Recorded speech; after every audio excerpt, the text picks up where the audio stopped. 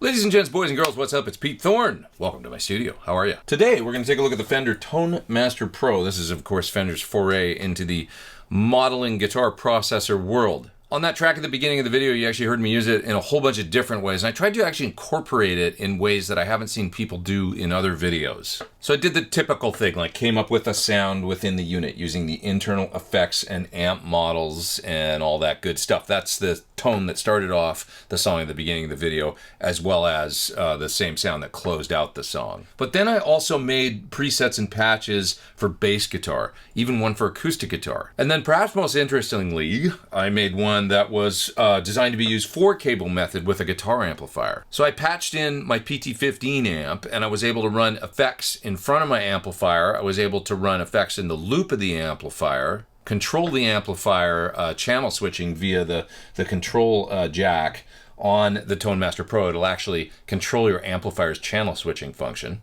So like per preset, if you were to use this 4-cable method with your amp, you could have it on the clean channel or on the distortion channel, depending on what you want. Now, how do you hook it up 4-cable method? Well, there's 4 effects loops integrated in the Tone Master Pro, and I used loop 4 to patch into the front end of my amplifier as well as into my amplifier's effect loop. But because there's 4 loops in this unit, and the first 2 loops are actually totally analog with no buffering or anything like that going on before those loops, you can actually incorporate really cool vintage pedals or pedals that are sensitive to buffers. I'm talking about like the old Range Master treble booster or fuzz faces. Plug those into loop 1 or loop 2 of the Tone Master Pro, and now you can incorporate your vintage effects with a totally modern guitar processor modeling system, and even in a 4-cable method with an amplifier. So more on that in a little bit. Basically what I want to do in this video is break down a bunch of the ways that I use the unit and show you a bunch of the different tones that I came up with for that song at the beginning. So let's start off with the first sound. This sound was the full-on modeling patch, and I wanted a really warm, clean, clear sound with some compression and some reverb, and I decided to integrate some modulation as well. So it's real easy to see what I've got going on in this patch because I've got the software that's integrated via USB running on my computer right now, and you can see what's going on the screen here. So starting off with a compressor. This looks like a compressor from a company that starts with B and ends with S. So I put that right at the beginning of the chain. And then I've got, it's grayed out here, but there's a harmonic tremolo. Just a few bars into the piece of music, I turned on the harmonic tremolo, and you can see what happens here if I hit it on the unit. It lights up here, and it also shows up here on the screen. So there's the harmonic tremolo. Then I'm running into a super reverb style amp head here, and it responds just like you think it would. I've got the bright switch on. I've got it running on about 4.5, and it just sounded killer. Then I've got a reverb here, okay, a 65 spring reverb that's inserted between the head and the modeled speaker cabinet. Then I got a 410 style cab up here. You can see the Tone Master Pro's modeling speaker software here. You can move around the virtual microphone in between you know, kind of the center of the speaker out to the edge, and front and back and side to side. So that's pretty cool. I was using a 414 style mic model for that sound. Following the cabinet, I then ran a studio style compressor here. I was sort of thinking like, you know, compression after the cabinet and after the microphone like you would run in the studio. So I got a compressor pedal up front, studio style compressor later on. Okay, then down the chain, I actually had a couple effects running in parallel. You can run all effects in series, or you can actually do some parallel chains if you want to insert some different things. So what I decided to do was do 2 different choruses just to see how it sounded. It sounded cool. I hooked them both up to a foot switch here on the unit, so when I hit this switch, turns on both choruses. You can see them light up here. I've got in parallel running a 3D chorus that looks like a Dimension style, and the JC chorus, I guess that's like a JC 120 style. And last but not least, I've got a large hall reverb here at the end just to kind of finish things off. So yeah, running both a hall reverb as well as a spring reverb here earlier in the patch, running 2 different compressors. The sky's the limit. Let's check out the sound. You can see what it sounds like.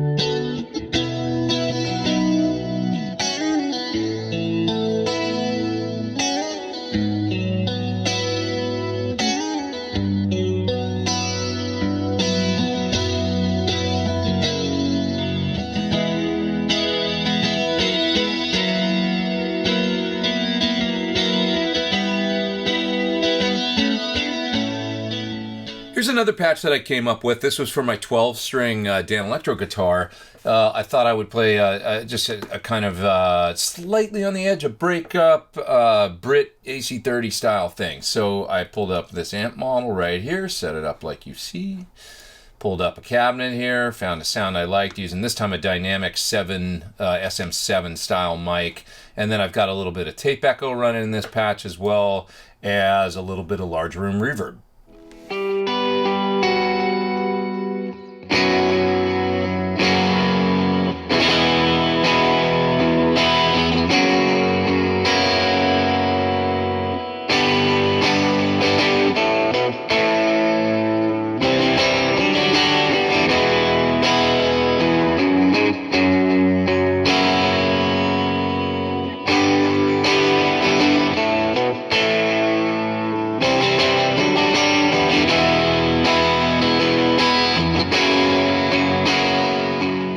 Now, there's not bass amp models per se yet. I'm sure that's probably something they're going to add later, maybe via a software update or something like that. But what is in there is a great tube preamp model and the studio compressor. So I made a very simple bass preset that sounded really good. I just used this little tube preamp, tweaked the EQ just a little bit, cranked the gain up a bit to get a nice signal out of my 5-string P bass. I added a little bit of the studio compressor, and that is the bass tone you heard on the song at the beginning. So let's check it out.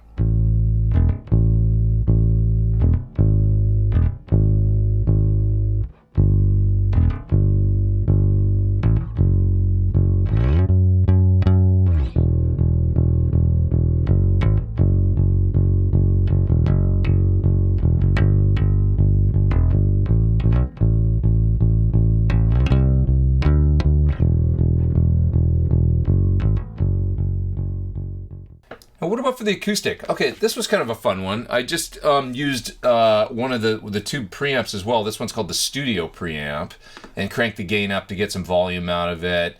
Tweaked the EQ a little bit. I dropped bass a little, brought up the mids a little. And then what I did was I added an impulse response of an acoustic guitar. So this is something I like to do sometimes, to add IRs to the undersaddle pickup on acoustic guitars to give it a little bit of microphone realism and just a different kind of sound. It's very easy to load up IRs in the software for the Tone Master Pro. You can just pull them right out of your hard drive, pretty much right into the program, and they load up, and then you can put them on the unit and test them out. So the typical use would of course be guitar cabinet impulse responses. Of course you can load those in here and use those with the modeled amplifiers as well, but I thought acoustic guitar, I'm going to try that because that's kind of unconventional. So I've got a Dreadnought 35 with an M251 style microphone here loaded up. And what else did I add in the acoustic guitar preset? Let's see, a little bit of the studio compressor, a little bit of parametric EQ here, just tweak that a little bit, and then I did a little bit with a graphic EQ as well. So this is just the undersaddle pickup in my acoustic guitar running straight into the Tone Master Pro with these couple of EQs, the studio compressor, the IR loaded up, as well as the studio preamp. Here we go.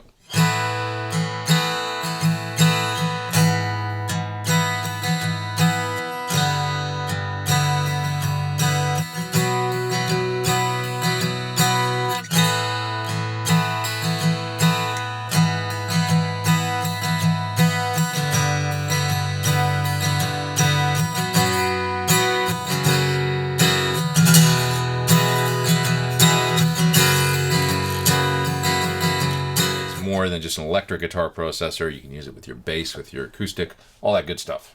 Here's another guitar sound I came up with. This is using a external IR that I loaded up, as well as the Mesa 2C style amplifier. So there's the amp, and you can see they've even modeled the graphic EQ in there. That's pretty cool the way they've done that. But what IR did I use? So let's see, it's a York of a Friedman cabinet, 412 blend, the Fred mix. That's what I used for this particular sound.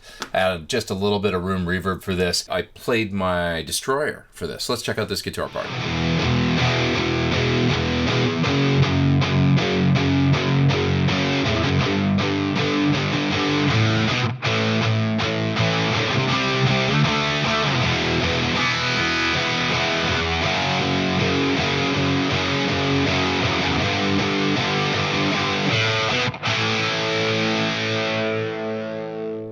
So because my PT15 amp has a built-in load box and line level out, in other words, I don't need to use it with a speaker cabinet necessarily, it makes it really easy to do what I'm about to describe. I decided to try an interesting way of kind of going about 4-cable method. So I plugged my guitar into the Tone Master Pro.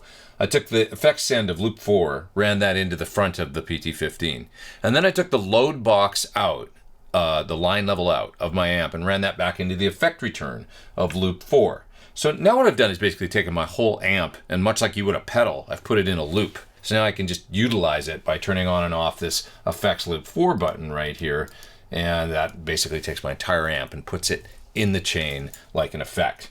So then what I did was I found a British amp sim that was similar to the channel 2 and 3 on my PT15, because I wanted to compare if I used this versus the the distortion in my amplifier. I decided to come up with a guitar part where I would just hard pan and double track, and in one side it would be my amp, and in the other side it would be the British amp sim here in the Tone Master Pro. Okay, so hopefully that's clear. Now, the last but not least thing that I did here was insert an IR block so I could load up an IR, and then it would kind of be an apples-to-apples comparison of the two different amplifier sounds, the real amp and then the modeled amp. Okay, so let's give it a listen. Here we go.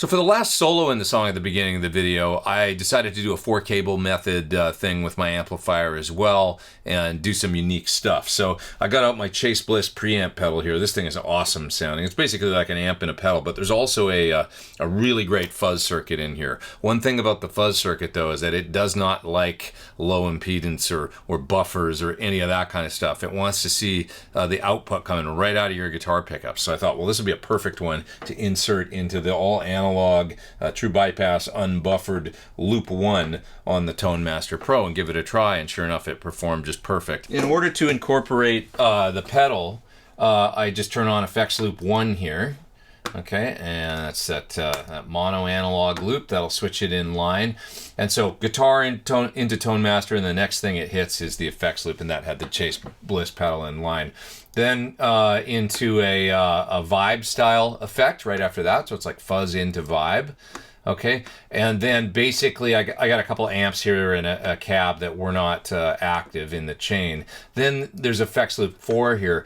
This is how I have my amplifier patched in. So once again running into the front of the amplifier, and then the load box out coming back into the return of effect loop 4. So once again patching in my amplifier as the sort of the main tone source 4-cable, and then coming back into the Tone Master, I then added a delay as the last thing in line. It was the space delay, which sounded just great on that lead part. So let's check out this guitar sound. It's the clean channel on the PT15 with the Chase Bliss doing all the heavy lifting as far as overdrive and fuzz and that stuff goes. Okay, here we go.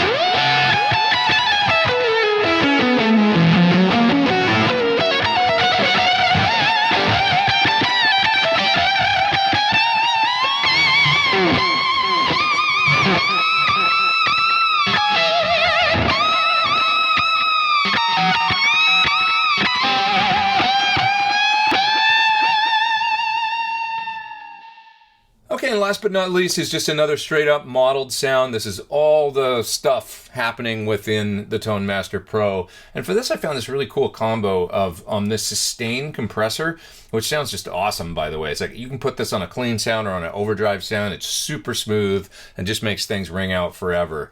And then I put a drive after that. Okay, so the green box, kind of like a Screamer style drive. Next up was this little Blues Junior amp. I was looking for a really smooth sound, like super smooth, kind of dark, not a lot of attack, just melodic and singing. And this amp totally fit the bill, this little Blues Junior, so that sounded really great. Then I put a stereo Memory Man delay after that, which is, you can hear the stereo echo in the part, and then a little bit of this small hall reverb.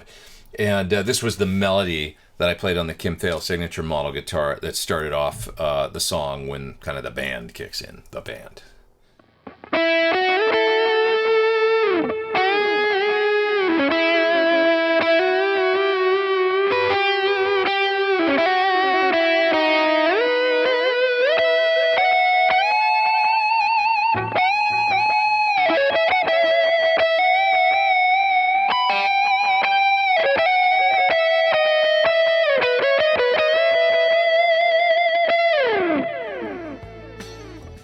So there you have it. It's the Fender Tone Master Pro. You know, you've seen it used in lots of videos by now if you're interested in it, I'm sure. Used in kind of the more conventional sort of modeling ways. But hopefully I was able to show you a couple unconventional ways to use it in this video, like 4-cable method, also even using it with acoustic guitar, you know, making a bass preset even though there's not bass amps integrated yet. I'm sure that's probably coming soon as they do updates and stuff like that. It seems to be really well built and robust. I like the back panel and the form factor and everything, the way that they've integrated stuff. It's really nice having that great big amp style power switch almost there for it, as well as the jewel light. That's a really nice touch. I like that as well. Touchscreen, really easy to use. It's great for a guy like me that can't see, for big light up buttons that you can kind of configure how you want. That's really nice as far as the colors go and everything. You can pick lots of options there. It's really easy to use, I will say. I've barely had to crack a manual to figure out anything that I want to do on this. Something that we didn't even get into in this video, but they've got a really nice integrated system for organizing your presets into songs, into set lists. It makes a lot of sense, and it's really, really simple to use. Maybe I can hit that in another video down the road a little bit. You can check out the Fender Tonemaster Pro at the link down there in the video description. Click down there, it'll take you to more info. I'm sure you got more questions on it. Please check out the link. Thanks so much for tuning in, you guys. I am Pete Thorn. Take care. Over and out.